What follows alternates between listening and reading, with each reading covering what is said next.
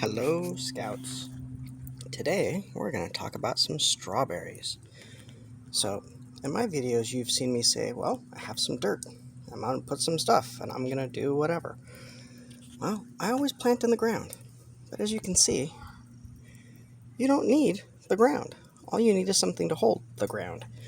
So what we have here are a whole bunch of, I think these are half-gallon pots or something, full of just dirt from the local big box home improvement center. Cheapest stuff I can find, all right? And we have 3 varieties of strawberries here. And what we did is we put one variety in a green pot, we put another variety in a black pot, and then all the other odds and ends, different color pots, we put another variety, all right? But what I'm going to talk about today is there are a couple of ways to grow strawberries, all right? You look on the strawberry, all those little specks, those are seeds, right? Now you can take and pick those seeds out, and you can put them in the dirt, and you might get strawberries. Or you can germinate them, soak them in water, and put them in between a paper towel and let them sit for a couple of days and germinate them, and then plant them in the dirt and maybe get strawberries. But by far the easiest way to get strawberries is to do what happens in nature, right? And so if we look at this strawberry plant, all right, you can see, so my shadow, that line, woo, goes into this plant. Okay, now that line is called a sucker. All right, and what it does is it sends off basically another strawberry plant, and it grows roots, and you just take it, you stick it in the dirt. You can leave it connected to the original plant, or you can cut it off, like I did with that one, and that one, and that one, and so many more. All right, so what you do is you look at the line coming off, okay, and you can see that is not a sucker. But over here where you have all the pretty leaves, right? You look on the bottom and you see these reddish purplish fingers coming out. Okay, those are roots. Those are the start of roots. All right, and we let this one go a long time. We have another one at the end.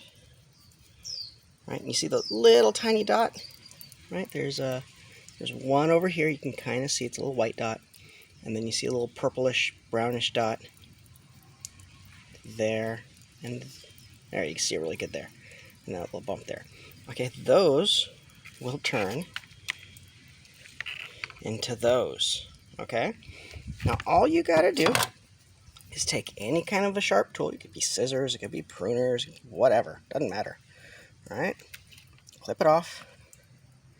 Come over here, clip this one off about whatever. Give ourselves a lot of room. Okay, and I kind of skipped a step. Right, you just need a pot with dirt. All right, but the way I do my pots is I put a coffee filter, or I'll put leaves in the bottom that are brown and dry and crumbly. Right, what that does is it lets the water stay in the pot a little bit longer. It doesn't drain as fast, and when it drains, you lose less of your dirt out of the drain holes. Okay, so all you do is you take your thing here, all right, and what we're going to do is we're going to kind of bend it down. And I know this is off camera. I'll show you what I did in just a second. All right, see, like that. And then we'll do the same on this side here. All right, kind of bend it down, snap it. I'm going to trim the excess off because I don't need 19 feet of stuff. All right. So now I've got that. Okay. What I'm going to do is I'm going to put this in the dirt. Right. I'm actually going to dig it out and put it in there so that these hold this in place. Okay.